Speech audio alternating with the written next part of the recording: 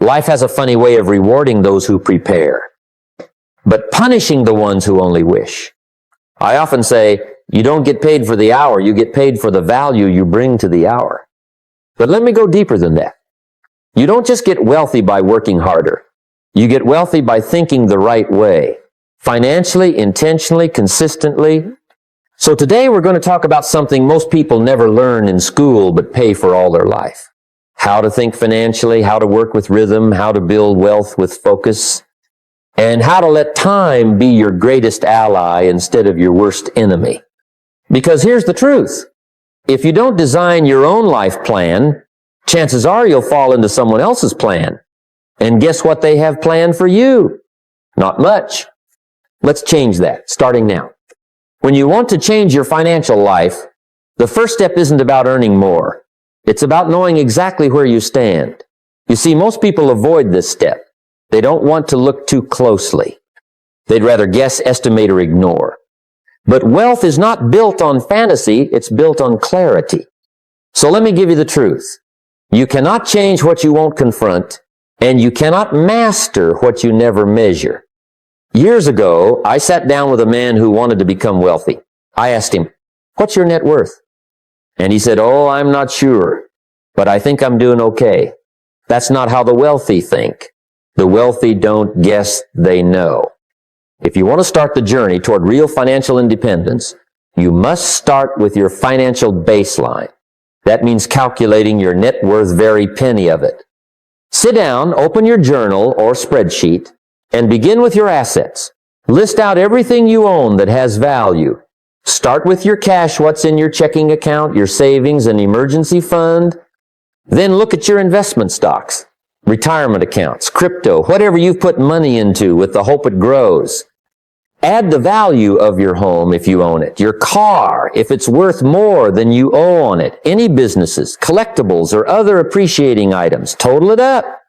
Now it's time for the hard part, the liabilities. This is what you owe, your debts, your mortgage, your car loans, student loans, credit card balances, personal loans. Total it all. Be honest. There's no growth in denial. Subtract your liabilities from your assets. What you have left is your net worth. That number is your financial baseline. It's your starting line in the race toward wealth.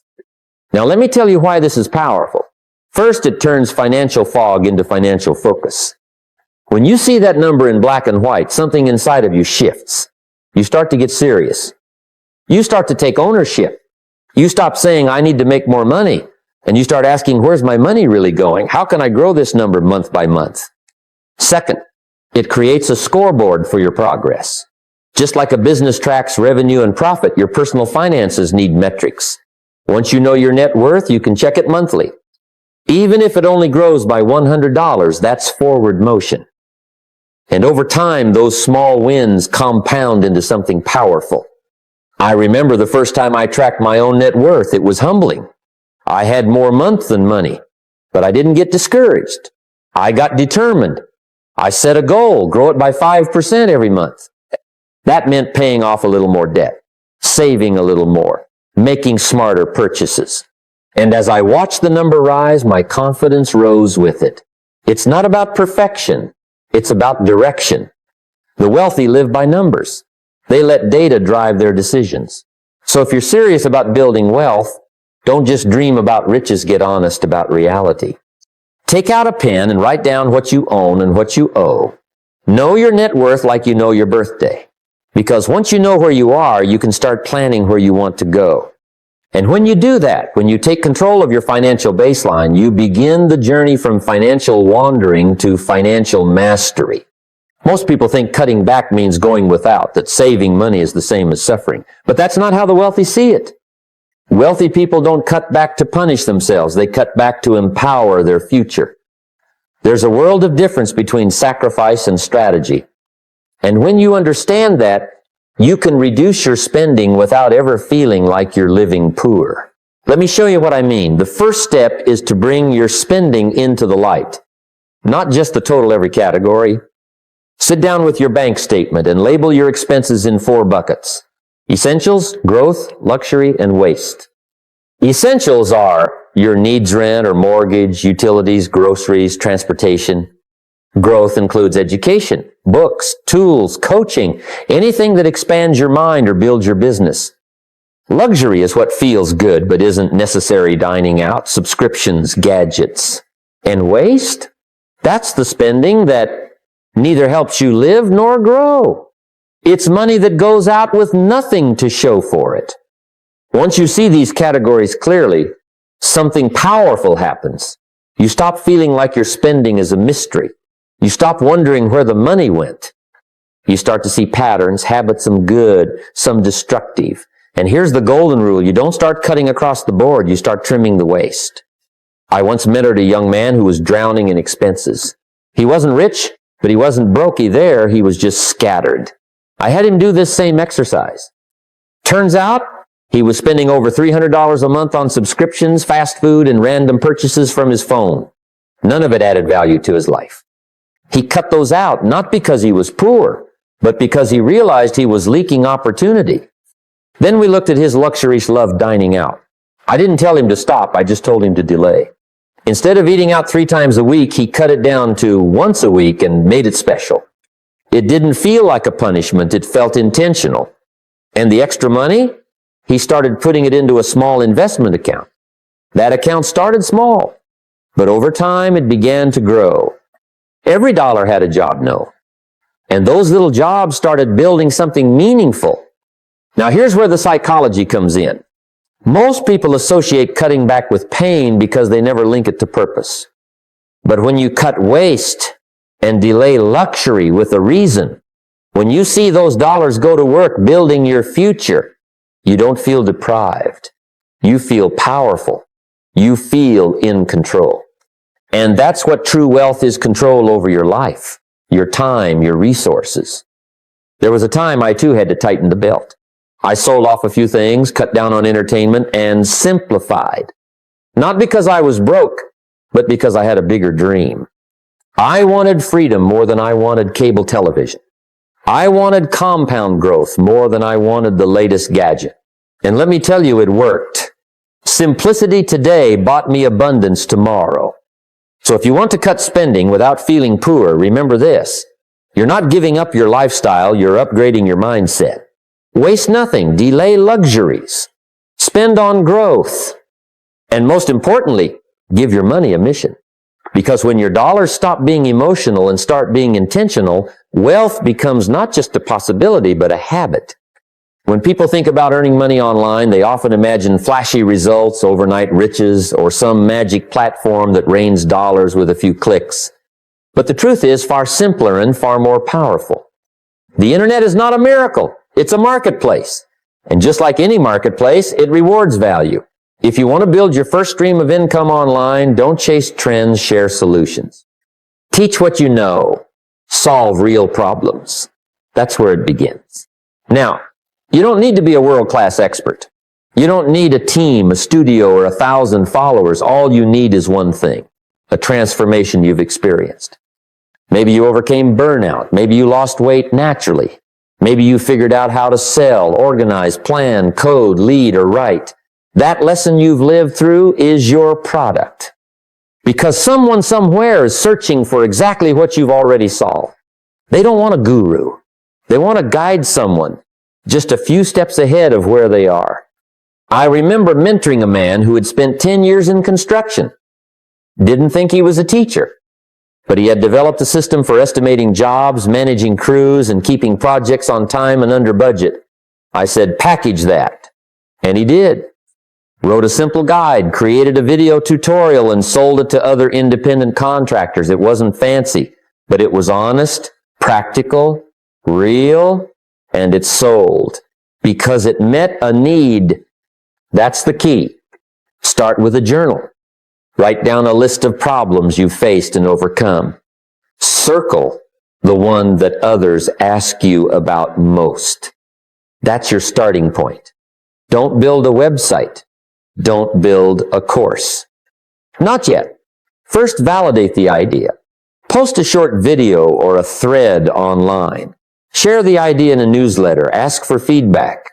Get 10 people to say, I'd buy that. If you get crickets, refine the message. If you get curiosity, you've struck something valuable. And here's a lesson the wealthy understand. Version 1 is never version final. You don't have to get it perfect. You just have to get it moving. I've watched people spend months designing the perfect course and never release it. Meanwhile, someone else shares a $10 ebook with real insight and builds a business around it. Action beats theory. Feedback refines the message. The market becomes your teacher. And don't forget pricing. Start low. Not because your value is low, but because you're testing. You're proving concept. As you improve, raise the price. Add bonuses.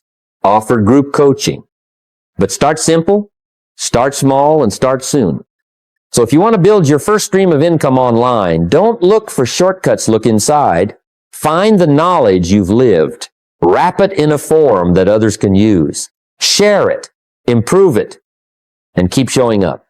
Because once you make that first dollar on not from labor, but from leverage, you'll never see income the same way again. That's the first seed of scalable wealth. Most people carry debt like a weight they've learned to live with. They tell themselves it's normal. Everyone has debt. Everyone has payments.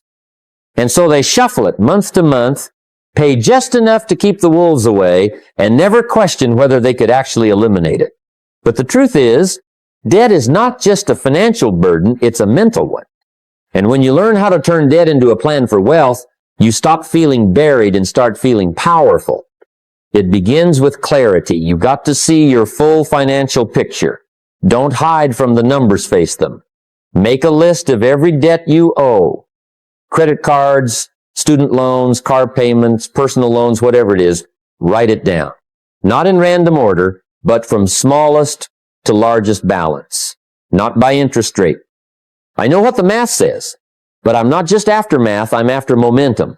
When you list your debts from smallest to largest, and you knock that first one out, something changes inside you. You feel progress. And progress fuels discipline. Now here's the plan. You pay the minimum payments on all your debts except the smallest. That one you attack like your life depends on it. Sell something. Pick up an extra gig. Skip a few dinners out. Redirect every extra dollar toward that smallest balance until it's gone. And when it's gone, don't celebrate by relaxing. Celebrate by rolling that payment into the next debt. That's the snowball. And let me tell you, once it starts rolling, it moves fast. I remember working with a young couple who were drowning in $38,000 of debt. They were making decent money, but they had no plan. They were stressed, short-tempered, and always behind. We started by listing every debt. They had 5 credit cards, 2 car loans, and a student loan. I had them pay minimums on everything except the smallest credit card. They sold an old bike, skipped vacation that year, and put everything extra toward that first debt. Paid it off in a month. Then they took that freed up $150 and added it to the next one. Then the next. 17 months later, they were debt-free. And what's more, they had built the habit of discipline. They didn't just eliminate debt, they gained control. Now, here's where the wealth plan comes in.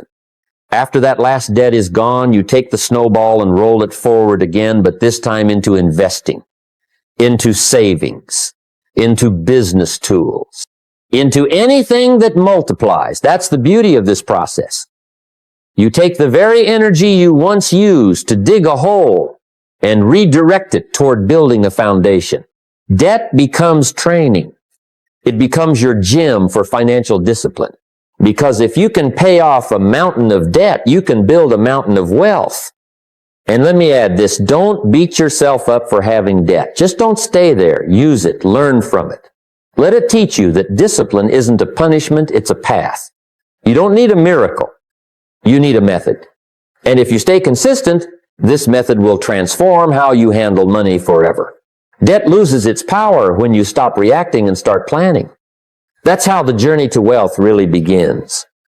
Most people misunderstand wealth. They think it's a number in a bank account, a car in the driveway, a house in a gated community.